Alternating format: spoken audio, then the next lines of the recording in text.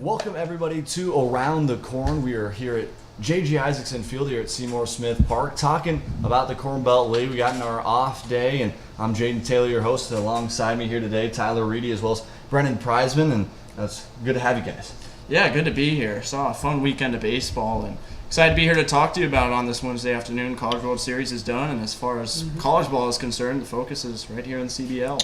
Yeah, I was lucky enough to call a couple of games on Monday night, and both incredible games, both tight games near the end, and as Tyler said, we still got college baseball going on here in Omaha, and it's been pretty quality so far. Yeah, so with that, let's kind of take a look at this past week. First on Thursday, 3 different games around the Corn Belt League. The biggest one to talk about was ended up being our pitcher of the week, Anthony Comfort, a no-hitter up against the Red Raiders. The struggles at the time, we'll get more into the Red Raiders here in a minute, but the struggles at the time for the Red Raiders were just immense. 8 straight losses with that one, and I mean, it's just been a struggle hitting-wise for them. They did reach on base 6 different times on 5 walks as well as 2 errors, but we have the 2 reporters here. Reidy, Tyler, you're the Red Raiders reporter, and then Brendan, you're the Crop Dusters reporter. So what did you 2 see in that one?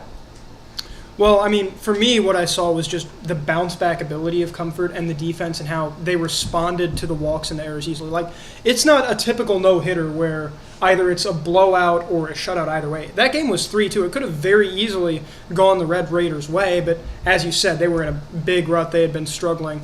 It's lucky for the Crop Dusters that it was 3-2, but they just kept bouncing back. They kept coming out there, and the 7th inning, the top of the 7th, went strikeout, and then a ground out to first. So clearly they played the right baseball at the right times, and that's all you need to do really in this league is just play well at the right times and seize the momentum, which the Crop Dusters did very well in that particular game. Yeah, and looking at the Red Raiders, this kind of sets up my next point about them when we get to the Monday and Tuesday games, but it's not like the Red Raiders didn't have base runners in that one. Anthony Comfort issued 5 walks and did allow 2 runs. Neither of them were earned, but it was just the inability to come up with the clutch hit. Red Raiders had opportunities with men on base, and like you said, Brendan, a 1-run game.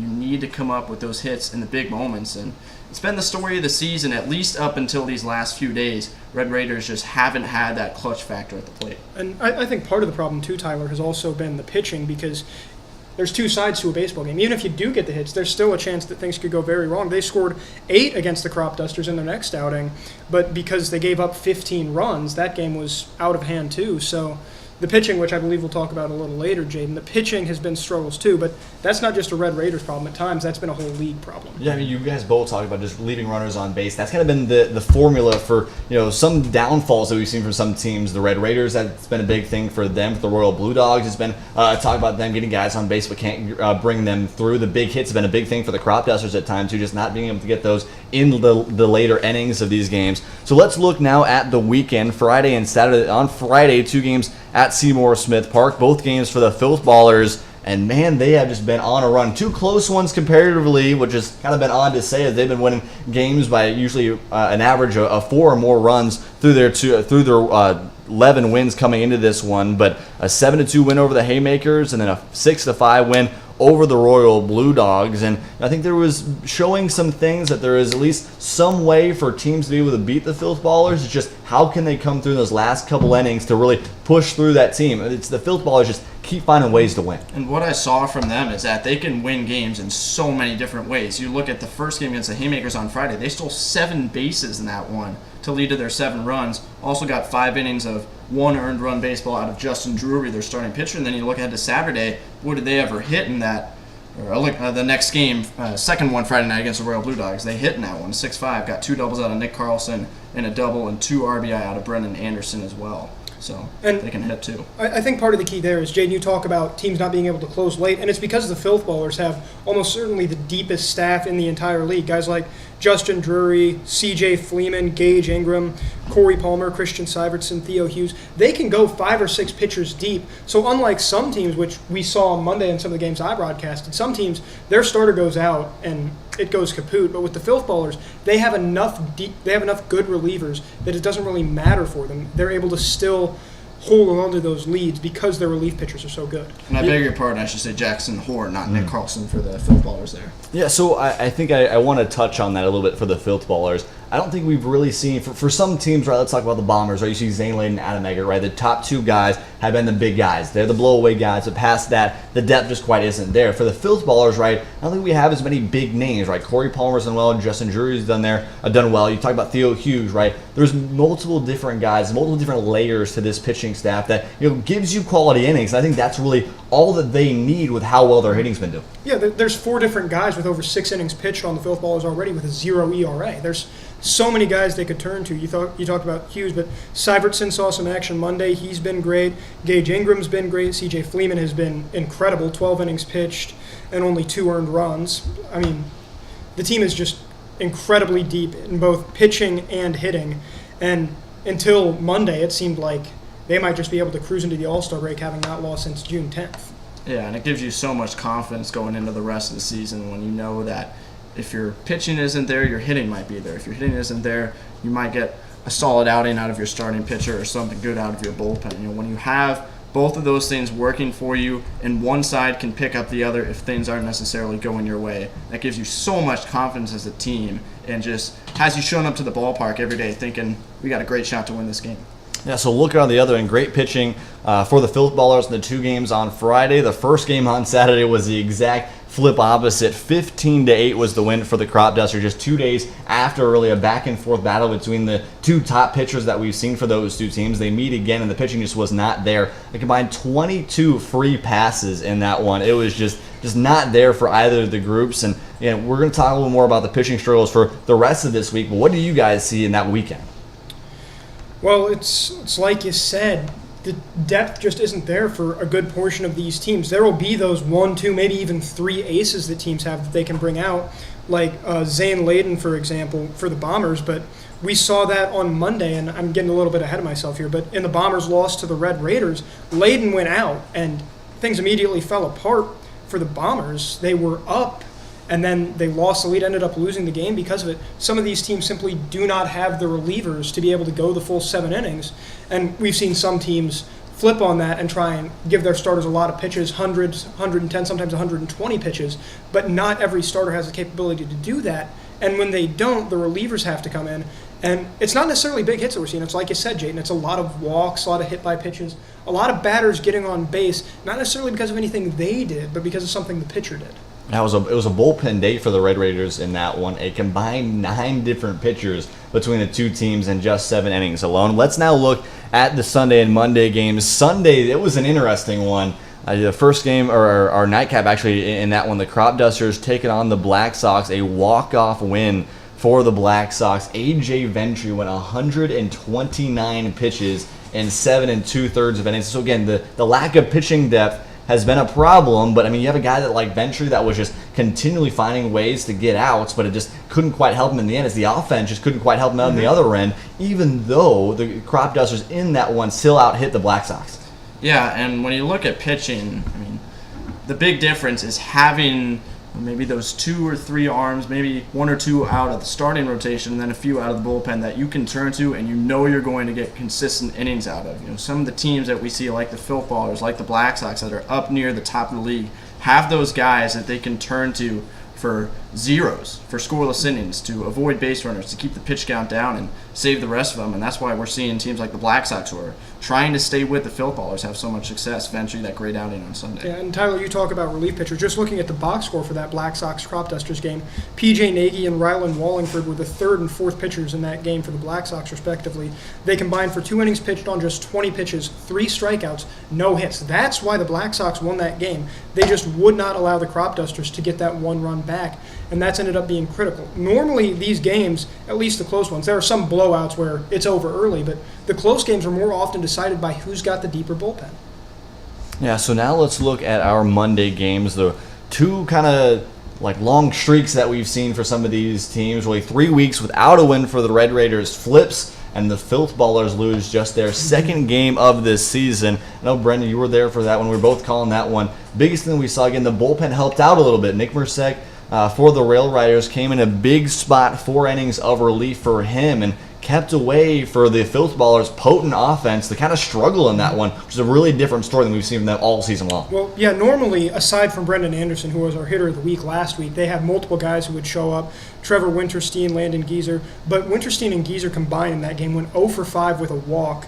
Anderson was the only guy who had multiple hits, and he played great, 2 for 3, a double, a triple, and a run, but he was the only source of offense for the Filth Ballers that entire game. And when Jackson Van Pelt hits a 2 RBI triple and Cole Ryan gets a 2 RBI single for the Red Raiders, that's the way that they're going to beat the Filth Ballers, is by shutting down most of the offense. You're not going to be able to shut down all of the Filth Ballers' offense. There's just too many guys on that team. But if you shut down most of it, yeah, I think it's interesting to talk about that one, too. It was kind of the guys that we don't always see as much for the Rail Riders in that one. P.J. Laus, quiet, did not have a hit in that one. Derek Enertson did not have a hit in that one. Braden Archer, who we saw have a triple to start off the day yesterday, did not have a hit in that one. So, again, it's been kind of the guys for the Rail Riders in that win. That's kind of the bottom of the order. You mentioned Pelt. Cole Ryan was able to help out as well. We saw Garrett Globe, who's kind of struggled this season, but came up in some big spots in that one. A.J. Urbon as well went 2 for 3. So, again, multiple different guys able to come up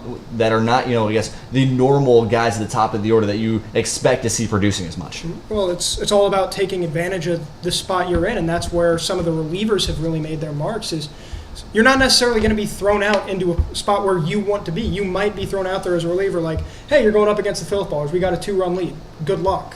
But you just got to take advantage of the spot, and the Red Raiders were able to do that much better than the Filth Ballers were. Yeah, so now let's look at our Monday games as well. The Red Raiders and that Bombers. Let's talk a little bit more about that one, Tyler. I want to talk to you with that win. The win for them, the first in over 3 weeks, and both times it's been to the Bombers. I'm not sure what it is, but it seems like the only tag that they've been able to come up against has really been the Bombers this season. Yeah, and we're finally starting to see some offensive producers come out of the woodwork for this Red Raiders team. The whole question during that 8-game losing streak is who's going to step up, who's going to be that guy in the top or in the middle of that order who's going to either get on base or drive in the people who can get on base. And TJ Sweeney was one of them, going 2 for 3 with a triple walk, drove in 4 of the 8 runs for the Red Raiders on Monday. And like I talked about earlier, hitting in big spots, Red Raiders are finally starting to find that. We'll talk about it with the Tuesday game as well, but they trailed 6-4 going into the 6th inning and came up with 4 runs in the top of the 6th to take down the Bombers. That was a huge game, a big feel-good win, and keep an eye on it going into this weekend and post-All-Star break. Could turn the season around for the Red Raiders. And so now, not real quick, Tyler, not just big hitting, but big walking as well. In the 6th inning, Zane Layden and 2 relievers combined to walk 5 batters, including 4 straight. 3 of those walks ended up scoring, as well as 1 Red Raiders player who hit a single. But it was just incredible to watch in real time, Jaden. Just a complete collapse of the bullpen for the Bombers. And that's what we've been talking about, is that if your bullpen isn't up to snuff, you might not be able to win a game. So now let's move it to that Tuesday game. I want to talk first about those two Seymour Smith games. Again, the Red Raiders take down the Rail Riders 14-8. That one was a crazy one. We saw just about everything. The errors were just kind of just even sad at times to see combined between the two teams. 10 different errors between the two groups. 22 total runs between the two teams, and it added on a 6-run 7th inning that just never seemed to end for the Red Raiders. The offense is finally there, and the big guy for back-to-back nights has been Ty Beasley. Yeah, Beasley's finally starting to emerge as the hitter we expected him to be coming into the season. One of the top guys in this Corn Belt League, going 3 for 3 with a double, a triple, 2 walks, 4 runs batted in, 4 stolen bases, 3 runs. So, I mean, what can't he do? And they're going to need that dynamic effort from him night in and night out if the Red Raiders want to get back into the swing of things in this league. But, man, you look at that game. 5 different half innings with 3 or more runs between the Red Raiders and the Rail Riders. Just a barn burner on Tuesday night. That was wild. Yeah, I mean, I think a big thing to talk about that one as well was how well the starting pitchers adjusted, right? You saw Josh Olson really struggling in that first inning, giving up 4 runs to the Rail Riders, but after that he had 3 straight shutdown innings. Really, all 3 of them were 1-2-3 innings. So a way for him to adjust was the big thing. We saw Vinny Sargent do that a little bit after giving up 1 run in the first and then 3 runs in the second. Back-to-back innings where he was able to find 2 Ks and find himself out of it. He had 2 strikeouts going into the 5th inning, but then gave up 2 walks and 2 extra base hits, as well in that 5th inning. And Vinny Sargent just really struggled from there. Well, yeah, we saw that a lot in the Sunday games too, I think, Jaden, is that the pitchers would start off maybe a little slow, get a little banged up in the first or second inning, but then they'd figure the lineup out, and by the time the lineup came back around for a second or third time, they knew what they're doing. And I think that that's happened not just over the course of a game, but over the course of a full season. Our pitcher of the week, Anthony Comfort, he didn't start off the season well, but since then he's put everything together, and as we mentioned, had the no-hitter on the 23rd, so I think that's happening for a lot of hitters.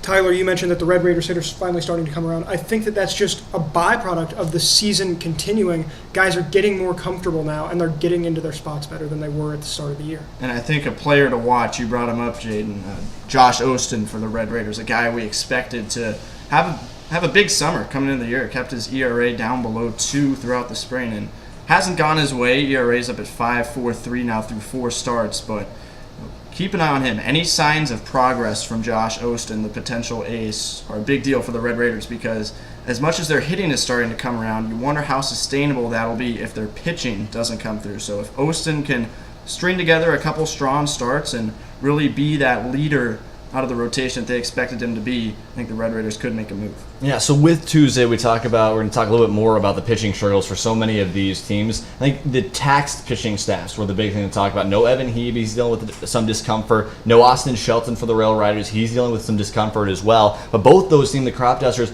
as well as the Rail Riders, had to play 2 different games back-to-back in doubleheaders. Both, the Crop Dusters out of Council Bluffs as well as the Rail Riders here. And it really showed that first game, they were able to keep it close against the Haymakers, but just couldn't quite keep it where they needed to. But then that last one, the walks were just a big issue.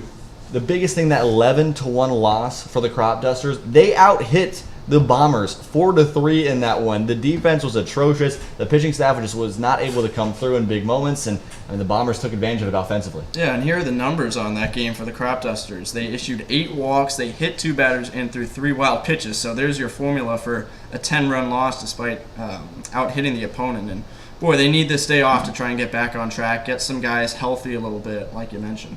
And with that, and we talk about the Royal Blue Dogs win over the Rail Riders as well. Ethan Langfeller, again, has really struggled with command, but was able to keep it at least engaged for the Royal Blue Dogs to take down the Rail Riders. They scored in 6 consecutive innings, every single inning until the 7th. It was 1-2-2, 1-2-3 for them. And I mean, it just really showed that the Rail Riders, the lack of pitching depth, they had 2 different guys, that hadn't even pitched going into the summer, pitched on that day. And again, they're trying to find anybody they can to find themselves on the mound. And yeah, that goes back to the depth issues, is that eventually as a team, as a manager, you're going to be stuck in between a rock and a hard place. Like, do you go with an unproven pitcher, or do you go with a pitcher who has had issues with command or issues with throwing it right down the middle on a 2-2 count and giving up a whole ton of hits? And that's what the managers are dealing with. Some teams can handle it better than others. We spent a lot of time on the Filth Ballers and how deep they were. But there are a lot of teams who simply don't have that luxury, and they're going to have to either start relying on the unproven guys or go back to the guys who haven't performed as well. And maybe, like I said earlier, as we get further and further on into the season, more of those pitchers will settle down and get their stuff the way they want it to be. But right now, yeah, it's been a huge struggle to find pitching depth for a whole ton of teams. And you look at that game, Royal Blue Dogs scored in each of the first 6 innings. You just need those commodities on the mound, those pitchers that can give you shutdown innings, because we saw so many times throughout the weekend and even into this week where games just get out of hand in terms of runs being scored. You have these monster innings up and down the box score. Those pitchers that can give you zeros or even ones if they can limit maybe just to a couple hits or a couple base runners, but stay away from the big inning. That's going to be the big key to try and string together some wins, keep your opponent off the board. Yeah, and Kelfkin, the actually only guy that has had pitching experience beforehand in that one for the Rail Riders, had 2 walks and 2 hit by pitches, 3 runs, one of them being earned with a strew of errors, as well as the defense just hasn't been able to come up in big moments as well. But really big struggle for them. Now let's look at the standings coming throughout these last 3 weeks of play. The Filth Ballers, again, still find themselves comfortably atop of the standings at 12-2. Right behind them, the Black Sox and Haymakers are kind of battling it out for that 2 and 3 spot. At the 4 spot, the 7 and 6 Bombers finally able to get over 500. They've been kind of hovering around 500 all season long. 5, 6, and 7 are the Crop Dusters, Rail Riders, and Royal Blue Dogs. And at the 8 spot, still the Red Raiders, but still a chance, I think, for the Red Raiders to salvage this season with how well they played this past week. Oh, absolutely, yeah. Especially heading into the All-Star break. I actually mentioned it in my post-game interview with the Red Raiders. Like, getting this as your freshest memory heading into the All-Star break is huge, because now the 8-game losing streak, it's going to be forgotten by the time they get back playing on July 6th, July 7th, whenever it is that they have to play. They're not going to be thinking about that losing streak. They're going to be thinking about, hey, remember that time we had the comeback victory over the Bombers? Hey, remember that time we won 2 games in a row? That's what's fresh in their minds. Now they know what they need to do to go out and win, and they can keep going out and doing it. So I think that there's a real chance they could make a run, but except for the Filth Ballers, the standings are pretty packed. Like the Crop Dusters right now, I believe, are only 3.5 games behind the Black Sox. So there's a whole ton of teams that could make a move near the backstretch of this season. Yeah, and as far as the Red Raiders go, the offense is starting to come around and get to where it needs to be, where they were expecting it to begin the year. I mean, look at the Black Sox in second place. They're averaging 4.6 runs per game, and the Red Raiders are at 4.7 runs scored per game. So the offense is getting there. It's just a matter of pitching. Black Sox at 3.8 runs allowed, and the Red Raiders at 6.7 allowed per game. So if you can get those guys like Olsen and just a couple more solid arms to give you consistent innings, I think they'll be in good shape, and we'll see them start to climb out of the basement here. So right before we go to break, I think, again, through these next couple of weeks, I want you to maybe give one team. What's going to be the one team that can maybe put some pressure on the Filth Ballers to be the number 1 team? Well, I think we've already talked about them. I think it's probably the Black Sox. They've been consistently up in that number 2 and number 3 spot all year. And while they're not winning as much as the Filth Ballers did in a row, they're getting those consistent wins. Obviously, the loss to the Filth Ballers was close than a lot closer than most of the other Filth Ballers games have been. But you look at it, the Black Sox shut out the Bombers.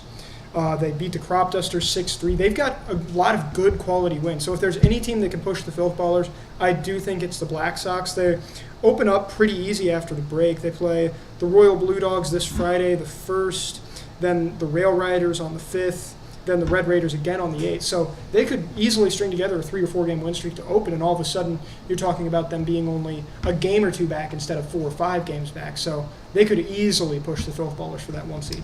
Yeah, and I'm looking at the Haymakers at the 3 spot, 7-5 record, plus 23 run differential. That's second only to the Filth Ballers. So they found a way to score runs. They've won some big games. They blew out the Royal Blue Dogs 15-3 behind a couple big 5-run innings last Thursday.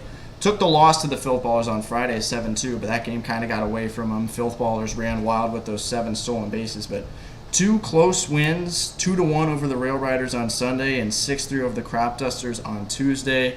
That gets the team going. When you can hang on to those and bring some emotion into the game, win a tight one. Now you've got some time off, the off day today, the All-Star break this weekend. Opportunity for them to reset a little bit, get the guys healthy and rested that they need, and maybe have a big second half. We'll see. Yeah, definitely some things that we're going to see going forward these next couple of weeks here in the Corn Belt League. We're going to take a quick break here on Around the Corner. Once we come back, we'll talk with our hitter of the week, Braden Olson.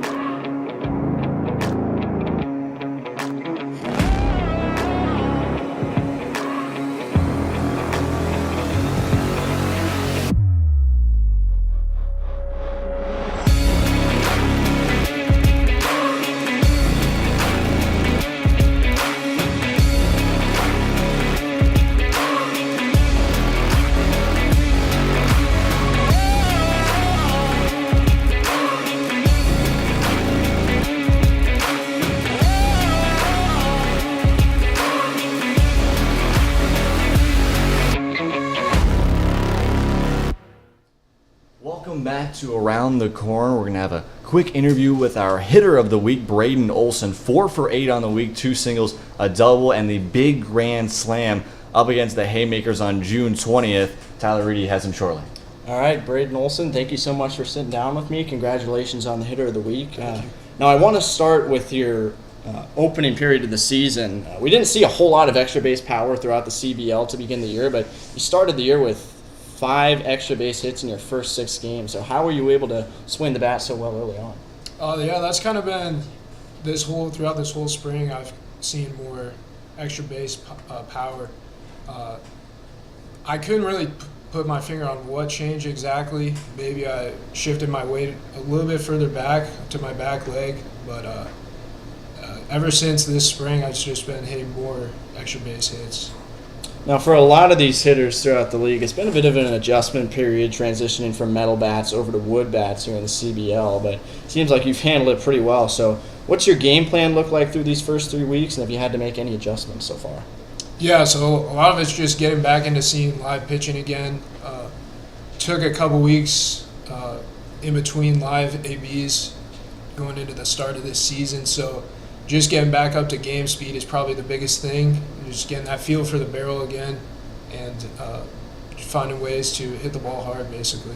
Now, I want to take you back to last Monday against the Haymakers. You had one of the biggest hits we've seen in the Corn Belt League this season. Second inning, your first at bat of the night, and you hit a grand slam, and team's up 4-0, and you're the front runner for hitter of the week at that point. So take us through what that moment was like for you. Yeah, so going into that AB, bases were loaded, so I knew he probably wasn't going to try any breaking balls. He didn't want to spike anything and let that run in on a wild pitch. So 1 out, really not the fastest guy, so I didn't want to put the ball on the ground. I was looking for that fastball up, and first pitch, got it, just got a good swing on it, and luckily it just carried over the fence.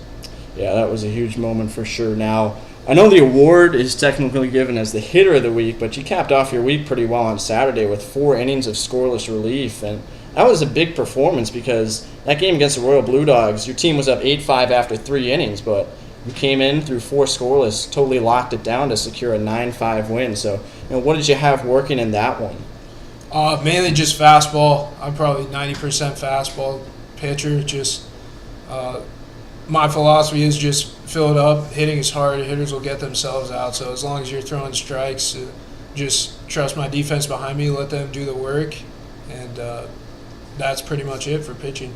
Yeah, and I noticed defensively as well, you're off to a strong start with a fielding percentage up close to 970. So just how important is it to you, especially early on in the season, to be able to help your team in a multiple number of directions? Yeah, defense is big, as I typically struggle in that aspect. Really, that was something I wanted to improve on coming into the summer. Just getting better reads off the bat, grounders, really making good throws as well.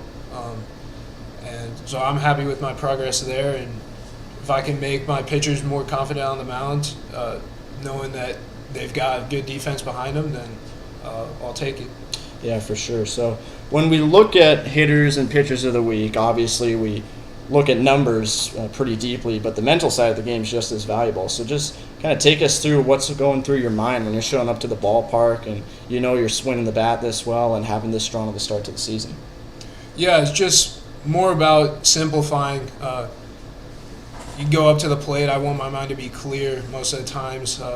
It's good to know what a pitcher has, what's working for them, what I might see, but you don't want to get consumed in that necessarily, and that's kind of when you get paralyzed at the plate. You can't just see the ball and react. Basically, just that's how I look at it. Just see the ball and put the barrel to it. Yeah, so I mentioned the Grand Slam last Monday, the big outing on the mound on Saturday, but just through these 3 weeks, what have your memories been? What stood out to you so far during your time in the Corn Belt League? Ooh. One memory, probably Adam Eggert's near perfect game that I was lucky to be a part of. That's probably the big one. You don't see that every day. But it's been a good 3 weeks so far. I feel like the team is improving every day, getting better at the little stuff. defense has been playing solid. Pitching is getting better. Hitters are getting better. So I'm looking forward to the next half of the season. Yeah, and I'm glad you mentioned a near-perfect game because we got Mr. No-Hitter coming up next here on the Corn Belt League Network Around the Corn. But before we get to him, just one more question for you. Just knowing what you've accomplished as an all-around player throughout these first 3 weeks of the season, what are your goals going ahead the rest of the way through this second half? I'd say just keep putting the ball in play. I want to keep my strikeouts down. Probably the main thing. Like to probably walk a little bit more, have a little bit better plate discipline, but other than that, just anyway, find a way to help the team win, and hopefully we'll get that championship at the end. All right, Braden Olson, thank you so much. Our Corn Belt League Hitter of the Week, taking some time on a Wednesday afternoon to sit down with us. I'll send it back to Jaden Taylor here on Around the Corn. Yeah, I want to thank you guys both for being able to come out here today. We'll take a quick break here on Around the Corn. Once we come back, Brendan Price, and we'll talk with Mr. No-Hitter, Anthony Comfort.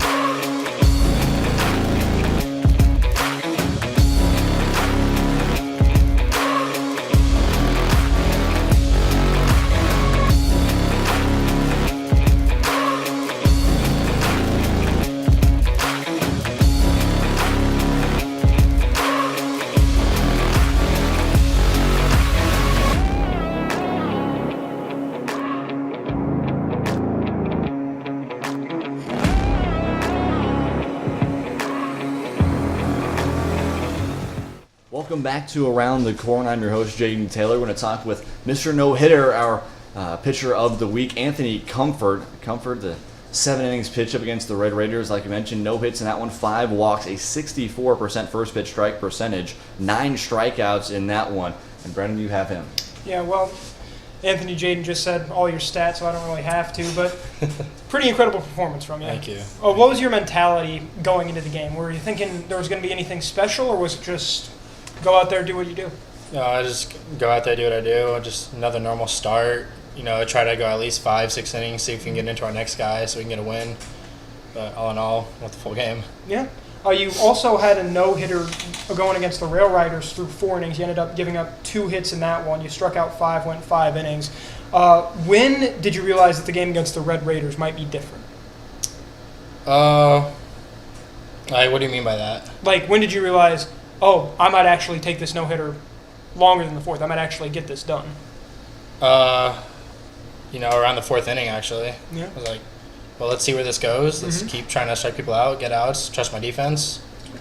Let's see where it goes. Yeah. Now, I know baseball players are pretty superstitious. How was your dugout reacting during all this? Were they, avoiding you? Were they just not mentioning it? How'd that go? I probably got about 2 words per inning. Yeah. Just, hey, good job, or attaboy. That's about it. You just go to the dugout, sit And down. then as soon and as we were going to go back out to the field, I was go get them. Yeah. And that was about it. Yeah, well, as Jaden said, 7 innings pitched, 9 strikeouts. Your fielding was also impressive, as it has been all year. You had 9 chances and successfully converted all 9 of them. You got a fielding percentage of .968 on the year. How does being able to field that well help you as a pitcher? It just gives me confidence that I know wherever the ball is, and if I have a chance to get it, then I can potentially make the play. Mm-hmm. Yeah, so a lot of baseball players are superstitious aside from just the don't tell a guy he's got a no-hitter going. Did you have anything in particular that you were doing before the game or during the game that you might try again? Just right before I go out to the mound, right over the white line, I just click my heels, and then I walk up to the mound. Well, there you go. All right, well, clicking your heels leads to some magic, I guess. How do you think throwing a no-hitter changes your team's mentality heading into the All-Star break? Because the Crop Dusters are kind of hanging around there. They're in 5th right now. How important is it to get that kind of momentum boost so quickly, so short before the All-Star break? We just need to keep together as a team, keep having fun, and hopefully it all works out. Yeah, all right. So one last question. You've also hit for the team as well. You're 4 for 18 right now, which is pretty solid for a pitcher. Like maybe the next Shohei Ohtani right here. How does hitting help you when you go out to the mound? Do you think you can get into the hitters' heads easier, or how does that help you? I just hope that I can, whenever I'm up to bat, I can get on base or potentially get a run across the board, so then I can help me out or help the pitchers that are out there. Yeah. You know what the pitcher's going through, so you want to help him even more. Yeah, all right. Well, that's it. Anthony Comfort, no-hitter, 7 innings, 9 strikeouts. Thank you for coming on. Congratulations. Thanks for having me. Yeah, good luck the rest of the way. Thank you. And again, thank both of you guys for coming on for this one. That was Anthony Comfort, our pitcher of the week after his no-hitter up against the Red Raiders. Take a quick break here on Around the Corn. The moment you guys have been waiting for, our All-Star selection show, is right after this.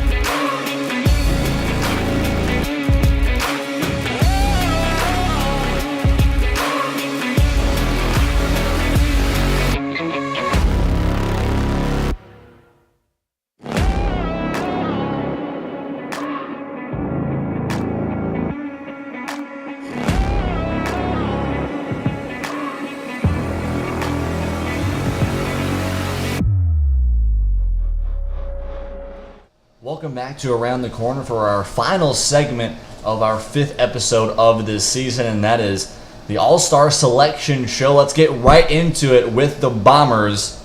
The Bombers are going to start it off. Again, you'll see the 2 different teams that we will see as for the All-Star game, guys that are in-state versus out-of-state. A lot of in-state guys with so many people around here able to stay within Omaha. And for the Bombers, Brennan Cassio is going to be a big guy we see in the middle infield for them. Tanner Black, who we saw make a couple of really incredible plays defensively. Adam Eggert, who's been really their ace all season long. Gage Julin had an incredible first week, was one of our hitter of the week candidates. Caleb Lemon, who's kind of been squeaking up, kind of been the 5th or 6th best guy each and every week. He's kind of been a nominee, at least with our Corn Belt League crew, different guys. Zane Layden, again, a really good pitcher for them. Nico Saul, and then Danny Sponberg, man, he is arguably the most speedy guy that we've seen all season long for any team. But the only guy that I think can even compare to him has been Ty Beasley.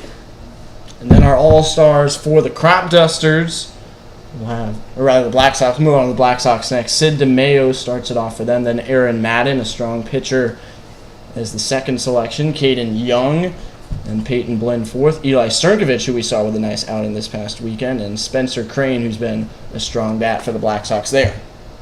Then for my Crop Dusters, we've got Thatcher Kozol, who's been a great guy on both hitting and pitching-wise. Nathaniel Wickham, who's got a .348 batting average. Thatcher Poteet, another one of the best hitters in the league. Then Jack Tilton, A.J. Ventry, and Braxton Wilhelm round out the selections for the Crop Dusters. A lot of really good guys for the Crop Dusters. Looking at the Filth Ballers, talk about having a lot of guys. I mean, 12-2, or 11-2, for a reason. 12-2, for a reason. I mean, they've just been bringing out so many guys. 10 different guys they're sending to the All-Star game. C.J. Fleeman, Theo Hughes, 2 guys out of their pitching staff. Gage Ingram, another guy we've seen for their pitching staff, as well as Justin Drury. Hitting-wise, we see Jackson Horn, Brendan Anderson, who has arguably been the best hitter in this entire league this season. Landon Geezer's been a really big guy to the 4 and 5 spot. And Trevor Winterstein is also there. And Trace Mahacek is another guy that we're going to see out of the Filth Ballers. And then the Red Raiders, you look at their selections, they've got 5 of them, starting with Errol Lee, strong hitter coming on of late, as is Dalton Nelson, who's batting .250 now. His OPS is up to .881. He's popped a home run this year. Josh Ostin, who's a strong candidate for a solid second half, leading that pitching rotation for the Red Raiders. Comes in with a bit of a high ERA, but he's in a good position going into this All-Star game. Then Gabe Ratetic, the 4th selection. He's been a strong bat as well. His OPS at .728 and a batting average of .313. And then Jackson Meyer, another pitcher for the Red Raiders, who's got 23 strikeouts and just 5 walks in 13 innings pitched. Then for the Rail Riders, they've got... 5 Ballers. Hold on. We'll switch that up. Yeah, Garrett Globe. Sorry, we'll go through that real quick. Apologies for the change. Garrett Globe going to be another Rail Rider. We'll see a couple different guys as well. P.J. Laux. Vinny Sargent's going to be another guy for the Rail Riders this season. Austin Shelton, another really their ace so far this season for the Rail Riders. Garrett Vosica, another big piece out of the top 3 for that pitching staff for the Rail Riders. And then we'll also see Derek Enertson, out-of-state guy for them. And they're kind of bringing a pretty big group that we see this season. So next up, we'll see the Royal Blue Dogs. They'll start off with Braden Bach, Nick Carlson, Ethan Langfelder, who we saw last night, one of the most emotional guys we've seen all season. Just really loves to show the emotion when he can on the field. Tommy Rowland, another really solid hitter. Evan He, which is, again, another candidate for arguably one of the best pitching seasons that we've seen so far from any pitcher here in the Corn Belt League. Eli McDonald, another solid guy at the shortstop position. And Luke Killinger, the pitching staff for the Royal Blue Dogs, showing off a lot here in this one. Haymakers, we'll see another kind of deeper group. They'll start it off with Carter Betts, as well as Ryan Golden, Jackson Doty. We'll also see David Swanson, as well as Alan Urban. We'll see Aiden Urban, and then Cole Warner. I think the pitching staffs have kind of been the biggest thing that we're going to see. A lot of different guys available for all of these different teams. But what are some things that you guys saw throughout some of these All-Star selections? Well, I think it's like Tyler said. Some of those guys might have a little high ERA, and it might be guys that you look at and say, well, why did that guy make All-Star and this guy didn't? But it's not just an ERA thing. Like we said before on the podcast, it's not just about numbers. It's also about the mentality. And if a pitcher has a high ERA, but their team's still winning, they're still getting strikeouts, they're not walking that many batters, then, yeah, they deserve to be here. There are a lot of pitchers that have a lot more runs given up than they have earned runs because their defenses have dealt with so many errors, but that can happen.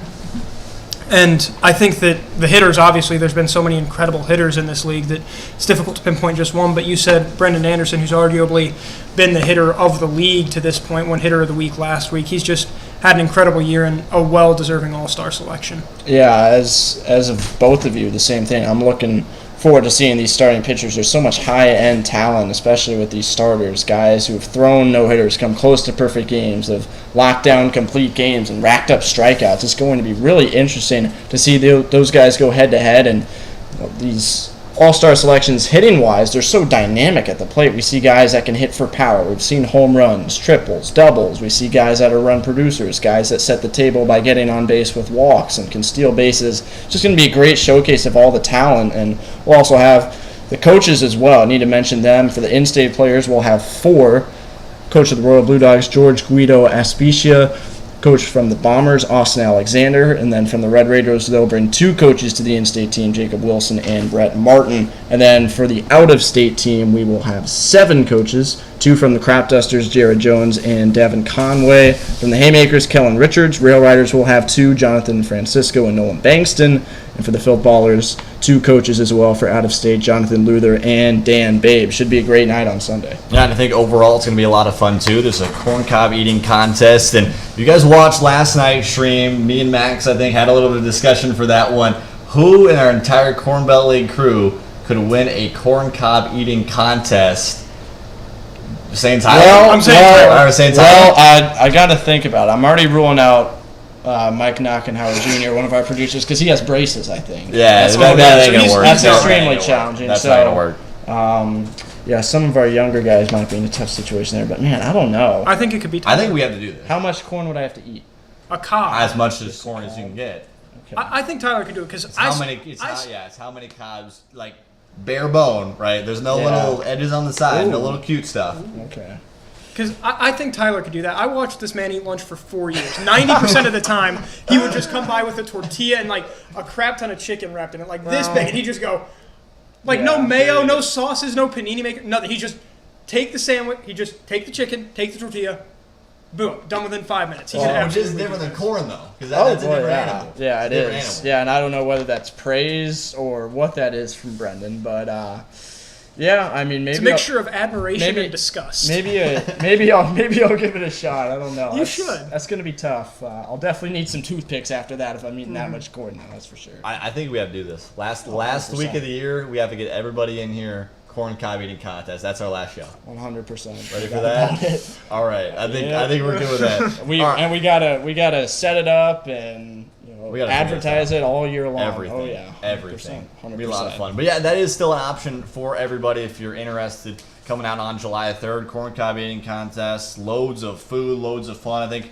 we're bringing out different mascots and stuff. I'm hearing we're probably bringing out a pig. A pig. Dogs. Yeah, bring out a pig. I've been waiting on You're here seeing a for different pig for right. the Filth Ballers. It's going to be a lot of different fun for our July 3rd. Do we get to see All-Star. the plane for the crop dusters? Or will there just be a dude in a corn costume? Because I'm kind of A curious. ripped Like, corn costume would be fun. like a ripped corn costume is good enough, but like if he's flying a plane, I That'd be awesome. saw a real crop duster on the highway in Missouri today. well, that's Missouri. Like, Maybe we can bring it up here. I don't know. all right. It still doesn't work. Go ahead, go rent a plane, Tyler. Where can we get a crop duster? That's a good question. eBay? Our producer says eBay. Our producer says eBay. Anyway, we gotta find that. How much would that sell for? A lot? A lot. No, More money than we have combined. Yeah. Maybe, Probably. I mean, I don't know. maybe we could sell some advertising spots on the crop duster. Like, hey, remember the plane for the CWS that flies around with that banner? Yeah, we could get that plane. You can do that. Hey, Yeah, why that's not? easy money.